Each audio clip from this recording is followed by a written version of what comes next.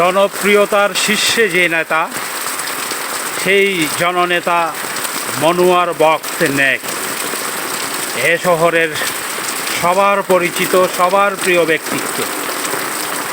মুক্তিযোদ্ধা, বীর মুক্তিযোদ্ধা ও মুক্তিযুদ্ধ সংগঠক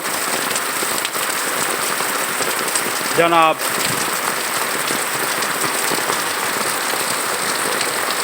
মুক্তিযুদ্ধ সংগঠক মরহুম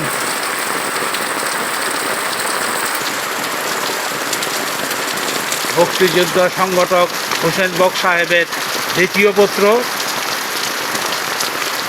সবার প্রিয় মনোয়ার বক্সনেক